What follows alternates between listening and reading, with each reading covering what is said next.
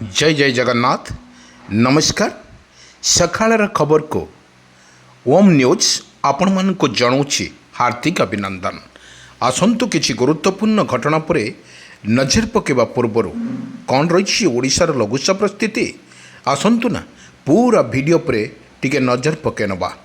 दर्शक बंधु वर्तमान ओडिशा रे कलबल करुछि लघुचाप जनित वर्षा एवं यही लघुचाप जनित वर्षार सारा ओडिशा भिजुची। आमे आपण मानक कही रखुचु वर्तमान जो ओडिशा रे लघुचापटी सृष्टि होइतिबा एक प्रकार बा वर्षार परिमाण कमी थिले मध्य वर्तमान 31 तारिख पर्यंत वर्षार तांडव लीला रहिबो ओडिशा उपरे। आपन को विजुअल माध्यम देखौछि किपरि भाव रे ओडिशा रे रहिछि यार प्रभाव। आपन को देखंतु किपरि वर्षार परिमाण कमी थिले मध्य पवनर परिमाण कमी नहीं एवं 30 रु 40 किलोमीटर बेगरे यार पवन प्रवाहित होउछि।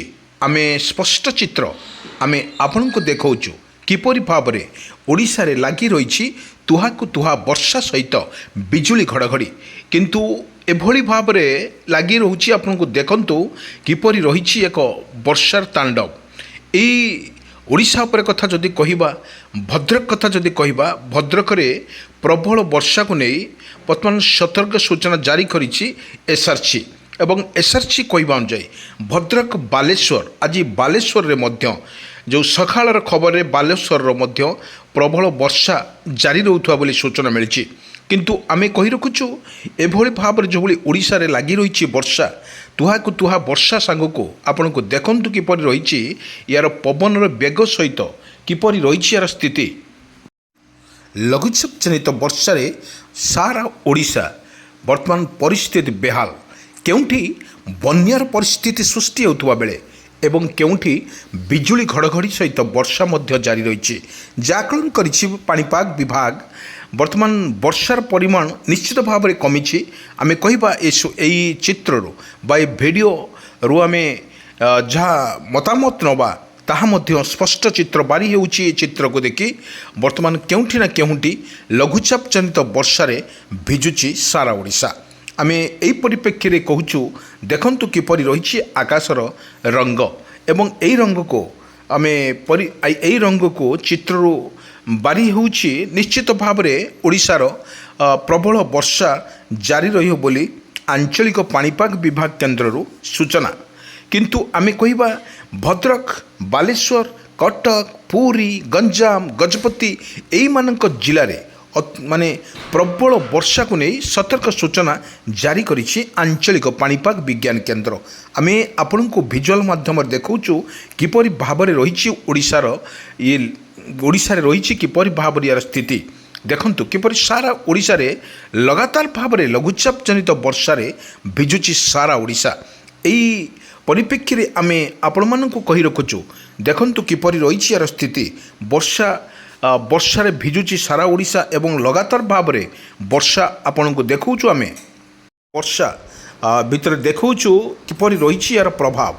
एई प्रभाव रे ओडिशार प्रत्येक जिले रे आमे भद्रक कथा कहिबा कटक भुवनेश्वर पुरी गंजाम गजपति सबुठी देखा मिली वर्षार तांडव। यही वर्षा रे भिजुची सारा ओडिशा। आमे जदि कहिबा एक क्रमार वर्षार जो भली रही ओडिशा रे एक प्रकार वर्षा रही आमे ताकू कहि परिबा एई भली भाव रे जो वर्षा रही ता निश्चित भाव रे बारी हेउची वर्षा रे यार तांडव लीला 31 तारिख पर्यंत रहिबो। लघुचाप दुर्बल हेतिले मध्य या प्रभाव सबुठी देखा मिली ओडिशा रे वर्तमान वर्षा। ए ओडिशा रे वर्षा देखा मिले कटक कथा कहिबा भुवनेश्वर पुरी गंजाम गजपति राउरकेला ढेंकानाल पारादीप बौद्ध जो भली रही वर्षार परिमाण मध्य रही ता निश्चित भाव में वर्षा मध्य तुहाकु तुहा वर्षा मध्य रही।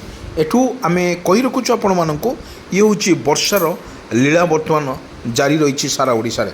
आमे कहिबा एक प्रकार वर्षा जो भली रही ओडिशा रे वर्तमान मत्स्यजीवी मानक पई सतर्क सूचना जारी करथिले मध्य यार किछि प्रभाव पड़ना। मत्स्यजीवी माने निश्चित भाव रे जाई परिबे समुद्र को ताहा मध्य किछि गुरुत्व नाही। किंतु एठी कहिबा कोल के हल्का की वर्षा वर्तमान ओडिशा उपरे रहिबो निश्चित। ताहा 31 तारिख पर्यंत ये वर्षा ओडिशा रे रहिबो। କାରଣ ଏ ବର୍ଷା ଓଡ଼ିଶାରେ ରହିବ ଏବଂ ଲୋକମାନଙ୍କୁ ସଚେତନ କରିବା ପାଇଁ ମଧ୍ୟ କୁହାଯାଇଛି।